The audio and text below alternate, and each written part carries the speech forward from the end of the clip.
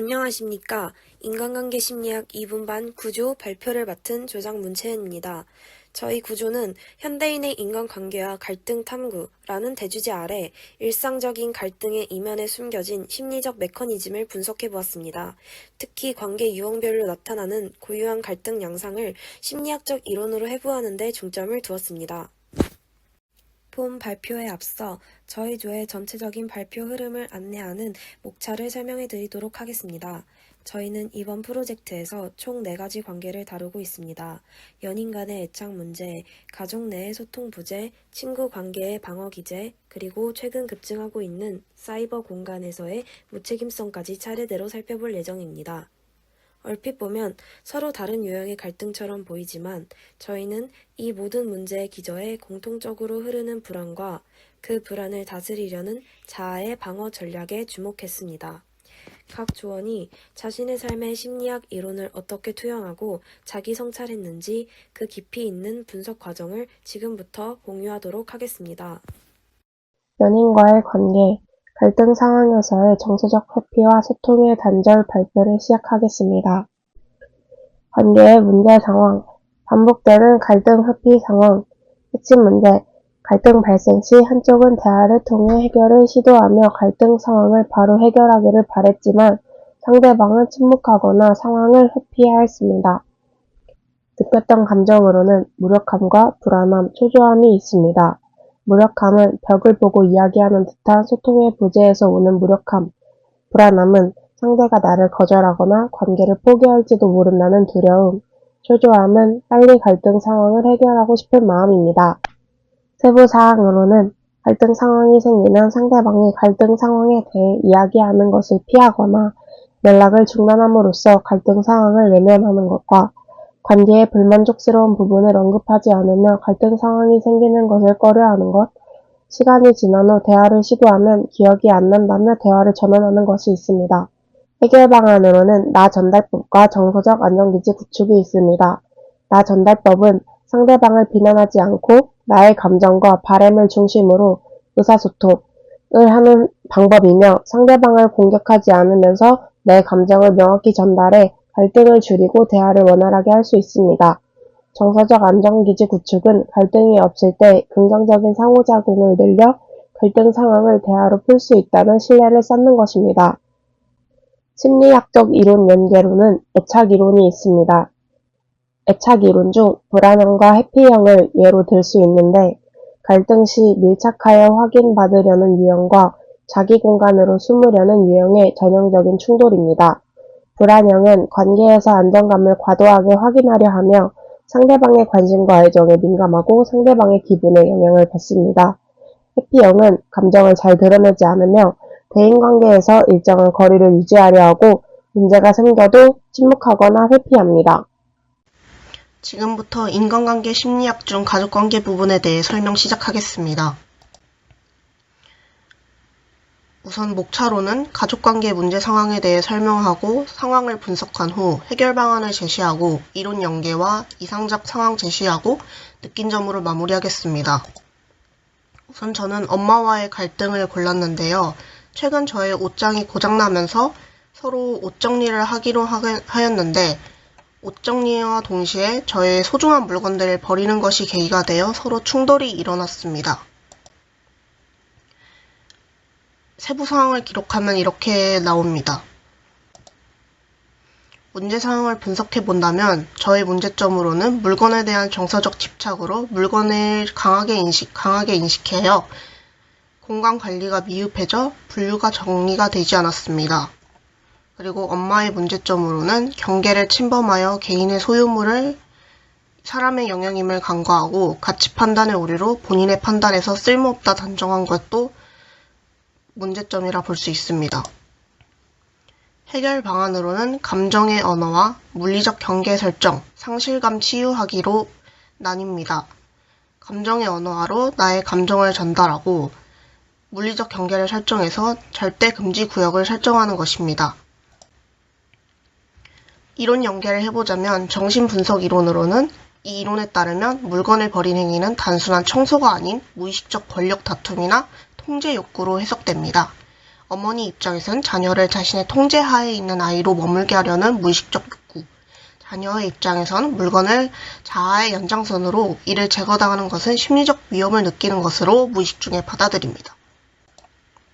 두 번째로 행동주의로는 심리적 동기보다는 눈에 보이는 행동에 집중하게 되어 발생한 갈등인데요. 어머니는 과거에 물건을 치웠을 때 깨끗해졌다는 정적 강화 혹은 지저분한 것을 볼 때 느꼈던 불안감이 해소되는 부적 강화를 경험해 버리기 행동을 유발하게 된 것이고, 자녀 역시 아무리 화를 내도 물건은 이미 사라지고 상황은 변하지 않음을 가정에서 학습된 무기력을 느끼거나 반대로 엄마의 잔소리를 피하기 위해 공격적인 반응을 학습하게 되는 것입니다. 마지막으로 인지행동이론은 서로의 인지적 틀이 달라 같은 현상을 두고 전혀 다른 결론에 도달하게 되면서 갈등이 유발되겠습니다. 어머니와 자녀 각각의 자동적 사고로 인해서 이러한 갈등이 발생됐다고 볼 수 있습니다. 이성적 상황으로는 단순히 방이 깨끗해지는 것뿐 아니라 나의 취향과 역사가 존중받으면서도 쾌적한 삶이 유지되는 상태일 것입니다. 정서적 안전지대가 된 나의 방으로 누구도 함부로 침범하지 못하는 곳이 되고 소중하게 관리되는 물건들로 정서적 여유가 생길 것입니다. 마지막으로 엄마와의 통역이 필요 없는 대화로 물건의 가치를 인정하고 정리한다는 자녀의 말에 신뢰할 것입니다. 안녕하십니까. 경영대학 자율전공 문채은입니다. 저는 성인기 이전 가장 밀접한 사회적 관계인 교우관계에서 발생하는 소외감이 어떻게 무의식적인 방어 기제를 활성화시키고 결국 관계를 고착화시키는지에 대한 심층적인 분석을 해보았습니다.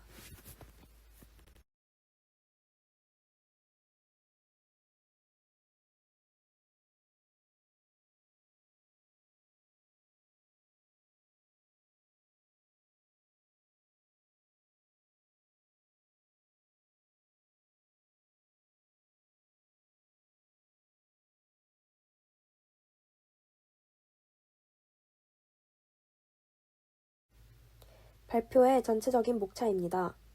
1. 문제 상황 2. 세부 상황 3. 감정 및 생각 탐구 4. 심리학적 이론 연계 탐구 5. 문제 해결 방법과 6. 소감 및 자기 성찰을 마지막으로 하겠습니다. 문제 상황의 분석의 토대가 된 실제 사례는 제 고등학교 시절의 경험입니다. 당시 저에게 가장 견고한 정서적 지지제였던 단짝 친구와의 관계에 제3자가 개입하기 시작하면서 생긴 문제입니다. 친구와의 2인 체계 속에 새로운 인물이 등장하자 저는 제가 누리던 정서적 가용 자원을 상실할지도 모른다는 근원적인 유기불안에 직면하게 되었습니다. 제3자와 친구가 친밀하게 교류하는 모습을 목격하며 느낀 소외감과 시기감은 제 자아에게 매우 위협적인 심리적 스트레스로 작용했습니다. 세부 상황 설명하도록 하겠습니다. 불안을 느낀 제가 선택한 대응 방식은 전형적인 수동 공격적 양상이었습니다. 저는 갈등을 직접적인 대화로 풀기보다 비언어적인 방식을 통해 제 부정적인 감정을 전달했습니다. 메신저 읽음 무시나 단답형 대응으로 커뮤니케이션을 의도적으로 지연시켰고, 대면 상황에서도 시각적 접촉을 피하며 냉담한 반응을 유지했습니다. 친구가 관계의 이상 기류를 감지하고 질문을 던졌을 때조차 아무 일 없다며 허위적으로 부인한 것은 갈등을 해결 가능한 영역이 아닌 감정적 교착 상태로 몰아넣음으로써 상대에게 심리적 부채감을 전가하려 했던 미숙한 대처였습니다. 감정 및 생각 탐구입니다. 이러한 부적응적 행동의 원인을 성격 3원 구조 이론을 통해 학술적으로 해부해 보겠습니다. 제 내면의 원초안은 친구에 대한 강한 소유욕과 공격성을 뿜어냈으나 사회적 가치를 대변하는 초자아는 질투를 성숙하지 못한 감정이라며 저를 강력히 검열했습니다. 이 양 세력의 충돌 속에서 자아는 현실적인 중재안을 찾지 못해 극심한 신경증적 불안을 경험하게 되었고, 이 압도적인 고통으로부터 자아 붕괴를 막기 위해 무의식적인 생존 전략인 방어 기제를 가동하게 된 것입니다. 다음으로 심리학적 이론을 통해 연계하며 탐구하도록 하겠습니다. 구체적으로 발현된 핵심 방어 기제는 세 가지로 요약할 수 있습니다. 첫째, 투사입니다. 내 안에 수용하기 힘든 시기심을 부정하고 오히려 친구들이 나를 배척하고 따돌린다 고 믿으며 책임을 외부로 전가합니다. 둘째, 부인입니다. 소외된 현실이 주는 고통을 차단하기 위해 감정 자체를 인지하지 않으려 애쓰며 심리적 편안함을 유지합니다. 셋째, 퇴행입니다. 성숙한 언어적 대처 능력을 상실하고 어린아이와 같은 삐지는 행위나 함구와 같은 유아기적 반응으로 회귀한 것입니다. 이러한 기제들은 자아를 보호하는 임시 방편이었으나 결과적으로는 현실을 왜곡하여 관계 회복의 기회를 원천 차단하는 장벽이 되었습니다. 마지막으로 문제 해결 방법입니다. 문제 해결의 시작은 비성숙한 방어 기제 뒤에 숨어 있음을 이성적으로 인지하는 의식화와 통찰이 있습니다. 무의식적 저항을 멈추고 불안의 실체를 직면할 때 비로소 상대 중심적 비난을 멈출 수 있습니다. 이후 취약한 감정을 있는 그대로 개방하는 나 전달법을 실천합니다. 너희가 가깝게 지내는 모습을 보며 소외감을 느껴 서운했다 라는 식의 정서적 고백은 방어 기제라는 가짜 방패를 내려놓고 진실한 소통의 물꼬를 트는 결정적인 계기가 될 수 있습니다. 안녕하십니까. 사이버 공간에서의 관계에 대해 발표를 맡게 된 구조 유원선입니다. 발표 목차는 문제 상황 제시, 세부 사항 기록, 해결 방안, 심리학 이론 연계, 마지막으로 소감 및 성찰점으로 마무리하겠습니다. 첫 번째로 문제 상황 제시입니다. 사이버 공간에서의 관계를 형성하던 와중에 저에게는 크게 두 가지 문제 상황이 발생했습니다. 첫 번째 문제는 사이버 관계가 다른 인간관계 영역을 침범하는 것이었습니다. 현실의 인간관계를 맺고 있던 도중에 계속되는 연락 요청은 양쪽 관계 유지에 거대한 부담을 주었으며 사이버 공간에서의 침묵을 다지기 위한 일정을 잡는 것은 서로의 현실 일상에 대한 정보 부재로 인하여 서로에게 현실 관계의 희생을 종용하는 경우가 다반사였습니다. 두 번째 문제는 관계에 대한 책임감 결여였는데 얼굴을 맞대고 이야기하는 것이 아니었기에 사소한 다툼에도 쉽게 마음이 상하게 되고 그 갈등을 해결하기보다는 사이버 공간이라는 특이성을 이용하여 일방적인 연락 두절, 일명 잠수로 관계를 정리해버리는 경우가 있었습니다. 두 번째로 세부 사항 기록입니다. 앞서 이야기했던 연락 재촉은 사이버 공간 특유의 높은 접근성을 이용해 주로 일과 중에 짬을 내어 사이버 친구와 연락을 하던 와중에 다시 일과에 복귀하느라 연락이 끊긴 상황에서 주로 발생했습니다.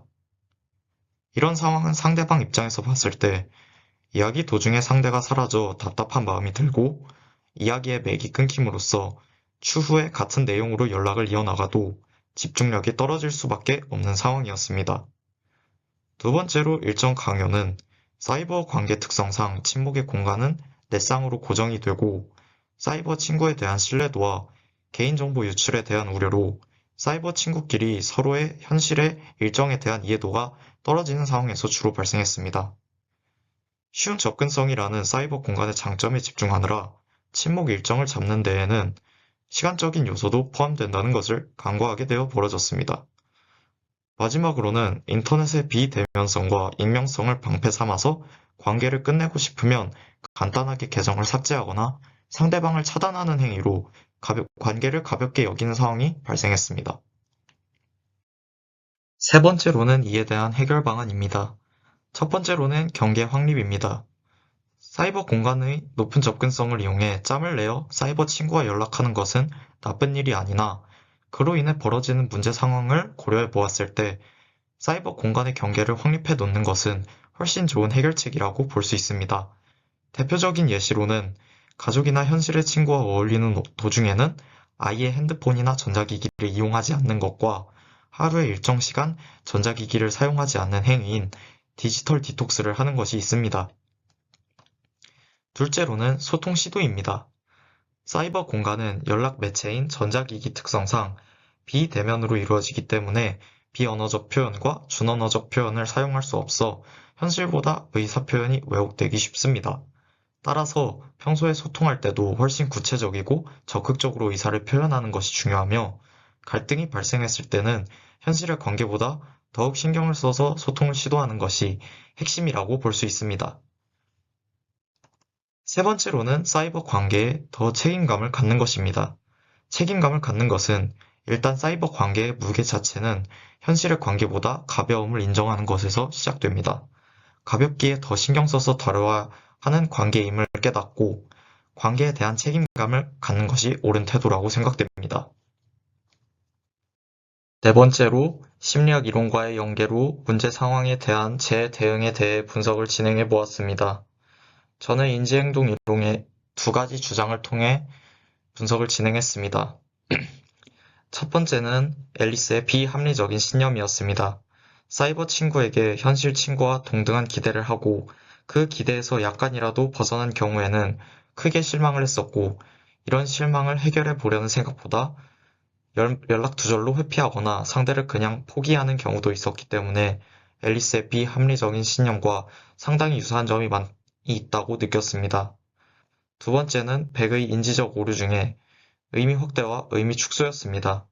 상대 입장에서는 큰 의미를 부여한 말이 아니었음에도 소통하는 상대방의 제스처나 표정 같은 비언어적, 준언어적 표현을 보지 못하다 보니 상대방의 말 한마디 한마디에 큰 의미를 부여하게 됐고, 장난치듯이 짜증낸 것을 진심으로 화가 난 것으로 오해석하는 것처럼 행동한 상황도 덜어 있었습니다. 마지막으로 종합 느낀 점을 발표하고 마무리하도록 하겠습니다. 첫 번째, 연인과의 관계, 두 번째, 가족과의 관계, 세 번째, 친구와의 관계, 네 번째, 사이버 공간에서의 관계로 마무리하도록 하겠습니다. 느낀 점으로는 관계의 갈등 상황에 대해서 다시 한번 떠올리며 연인 관계에서는 서로 간의 존중과 배려로 함께 맞춰가는 것임을 알게 되었습니다.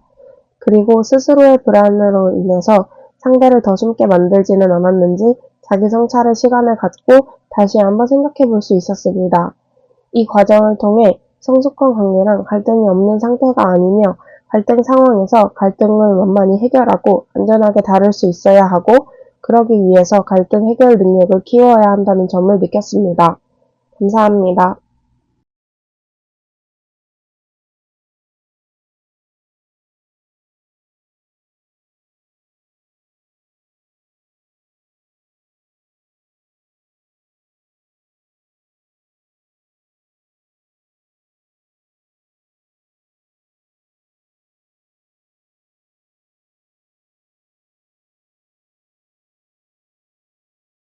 마지막으로 소감 및 자기 성찰입니다. 이번 과제를 통해 저는 무의식적으로 갈등에 대처하기 위해 사용해온 방어 기제를 객관적인 관점에서 살펴볼 수 있었습니다. 제가 친구들을 탓했던 문제들이 내면의 불안감을 제대로 다루지 못하는 제 무능력에 대한 서툰 반응이었음을 깨달았습니다. 앞으로는 갈등을 개인적 성장의 기회로 삼아 감정을 솔직하게 표현하고 회피나 부정 대신 성숙한 소통 방식을 통해 관계를 발전시켜 나가고자 합니다. 이론적 틀을 실제 삶에 적용시켜 보면서 자기 인식을 심화할 수 있었던 경험이었습니다. 마지막으로 소감 및 성찰점입니다. 사이버 공간의 관계에서의 갈등 상황을 겪고 관계의 단절로 갈등이 마무리되면서 당시에는 더 나은 결말이 없었을 거라고 납득하고 좌절했었습니다. 그런 일이 있고 난 뒤에는 사이버 관계를 맺는 것이 훨씬 부담스러워지기도 했습니다. 그러나 이번 과제를 진행하면서 관계에 대한 이해도가 낮았고 대응할 수 있는 방법이 상당히 많았음을 알게 되었고, 앞으로의 관계는 보다 성숙하고 건강하게 형성할 수 있을 것 같다는 생각이 들었습니다. 이번 과제를 계기로 인간관계에 더욱 적극적으로 나설 수 있겠다는 자신감이 생겼습니다. 감사합니다.